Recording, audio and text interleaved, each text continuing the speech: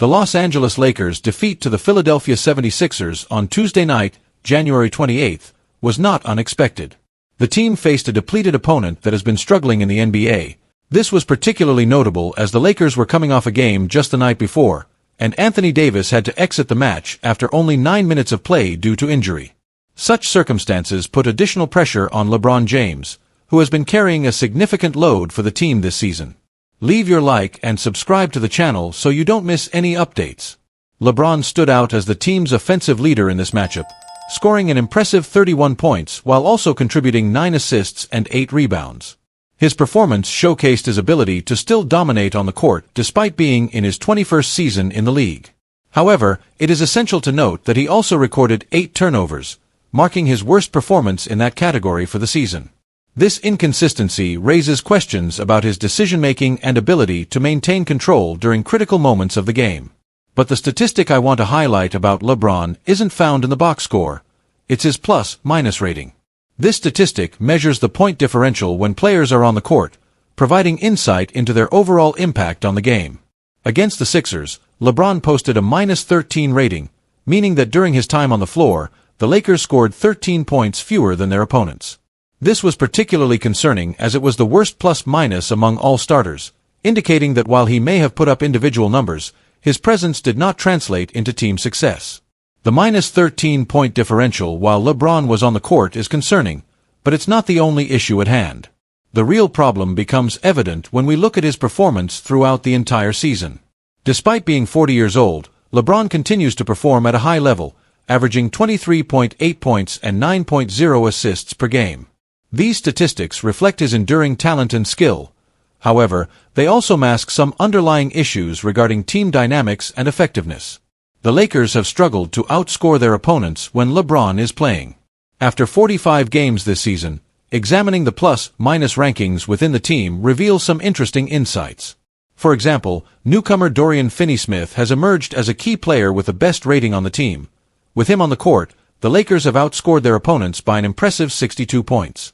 Following him are Austin Reeves, +53, and Anthony Davis, +21, in the top 3. In stark contrast, LeBron James currently holds the worst plus-minus rating for the Los Angeles Lakers in the 2024-25 season. When he is on the court, the team has allowed 121 more points than they have scored. This statistic is alarming and highlights a significant disconnect between LeBron's individual performance and its effect on overall team success.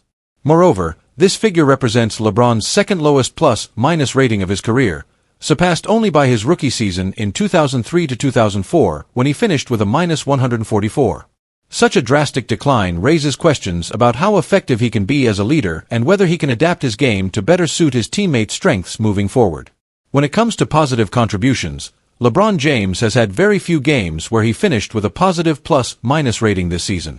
Out of 42 starts, he achieved this only 11 times. In 2 instances, he ended with a neutral rating where both he and his team scored equal points against teams like the Memphis Grizzlies and Utah Jazz. In contrast, in the remaining 29 games, the Lakers consistently allowed more points than they scored during his time on the court. The average during these matchups is -2.9 per game, totaling -144 across those games. This trend suggests that while LeBron remains an individual scoring threat, there are systemic issues within the team's structure that need addressing. The current situation prompts deeper analysis into how LeBron fits within this Lakers roster. As one of the most talented players in NBA history, expectations are high for him to lead both by example and through performance. However, basketball is inherently a team sport. Individual brilliance can only take a team so far if there are underlying issues with chemistry or strategy. One potential factor could be fatigue or weariness from playing extensive minutes at an advanced age for an athlete in professional sports. There's no denying that LeBron has played more minutes than almost any player in history. Combined with numerous playoff runs and deep postseason experiences, fatigue could be impacting his efficiency on both ends of the floor. Additionally, injuries to key players like Anthony Davis can significantly affect how well LeBron performs alongside his teammates. When Davis is healthy and playing at an elite level, it allows LeBron more freedom to operate without having to shoulder as much of the offensive burden alone. Conversely, when Davis is sidelined or limited due to injury, like during this recent matchup, It places additional pressure on LeBron to produce offensively while also managing defensive responsibilities. As we move further into this season and beyond, whether through strategic adjustments or finding ways to better leverage younger talent within their roster, such as Austin Reeves or Dorian Finney-Smith, the Lakers must adapt if they hope to remain competitive in an increasingly challenging Western Conference. Ultimately, while individual accolades matter greatly for legacy purposes, LeBron's focus should also shift toward fostering a winning environment that prioritizes collective success over personal achievements at this stage of his career. As one of basketball's greatest icons continues navigating this phase, fans will be watching closely not just for personal milestones, but for how well he can elevate those around him toward shared goals of victory and championship contention once again. Los Angeles Lakers star Anthony Davis has officially been ruled out for the team following the game on Tuesday, January 28th, against the Philadelphia 76ers. This development comes after Davis left the game due to injury, prompting immediate concern among fans and the organization alike. After exiting the game, he underwent a series of medical tests, which confirmed that he has sustained an abdominal strain. As a result of this injury, Davis will be re-evaluated by the medical staff in 1 week. In the meantime, he will return to Los Angeles to begin his recovery process, which will involve rest and avoiding any physical exertion. This approach is crucial to ensure that he does not exacerbate his injury and can return to the court as soon as possible. The injury occurred during the second quarter of the Lakers' loss to the Sixers. At that point in the game, Davis had contributed only 4 points and 2 rebounds, which means he was not making a significant positive impact on the outcome for his team. His early exit was a blow to the Lakers, who rely heavily on his scoring and defensive abilities. Initial reports from team sources accurately identified the issue that was later confirmed through medical examinations. According to Dr. Evan Jeffries, a well-known figure in sports medicine recognized for his accurate injury recovery forecasts, this situation could be serious for Davis and the Lakers. If his injury is classified as a grade 1 strain, he might miss about 7 to 10 days of action. However, if it turns out to be a grade 2 strain, the forward could be sidelined for up to 6 weeks. Such a lengthy absence would be detrimental not only to Davis but also to the Lakers' chances of competing effectively in a highly competitive Western Conference. Even before Davis's injury, the Lakers were actively seeking a new center to bolster their roster. The team's front office has been exploring various options in hopes of finding a suitable player who can fill the void left by Davis's potential absence. One of the most discussed names in trade rumors has been Walker Kessler from the Utah Jazz. However, indications suggest that acquiring Kessler may be challenging at this time due to various factors including trade negotiations and team needs. Despite this setback, the franchise remains committed to exploring all available options in order to strengthen their lineup.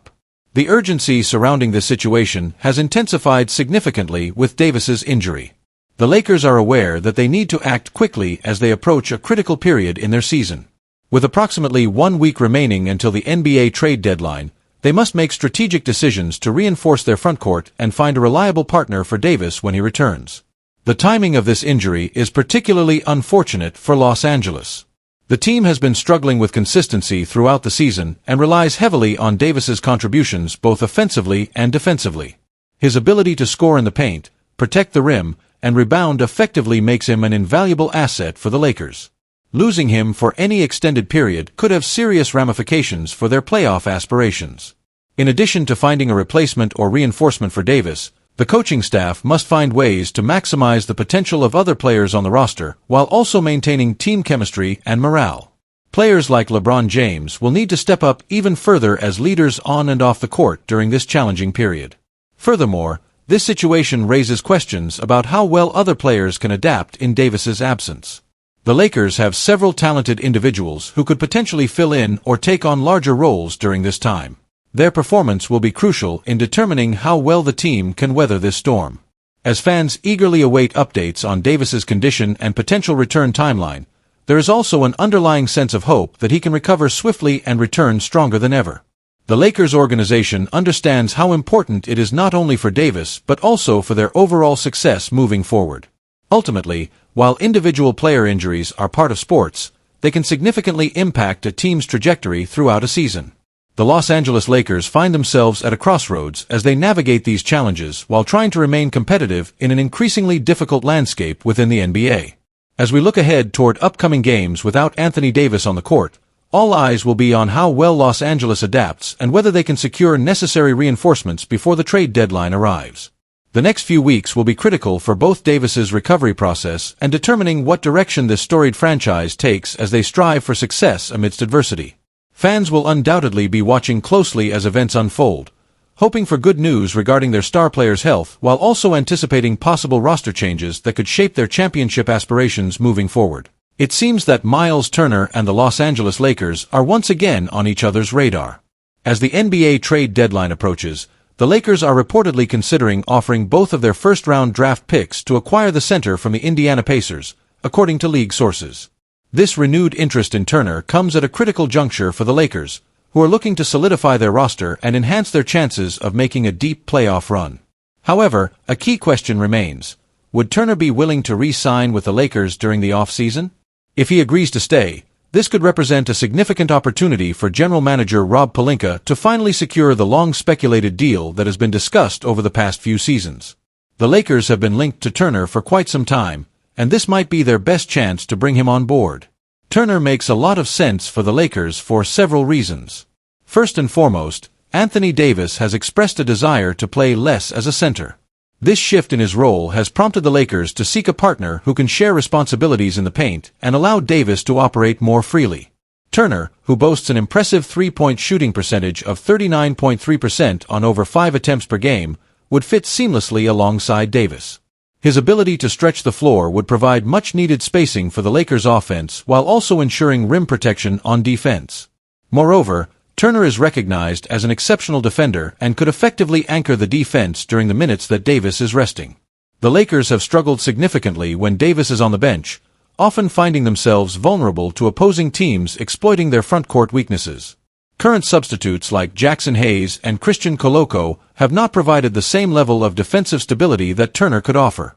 His presence would allow the Lakers to maintain a strong defensive identity even when their star player is off the court.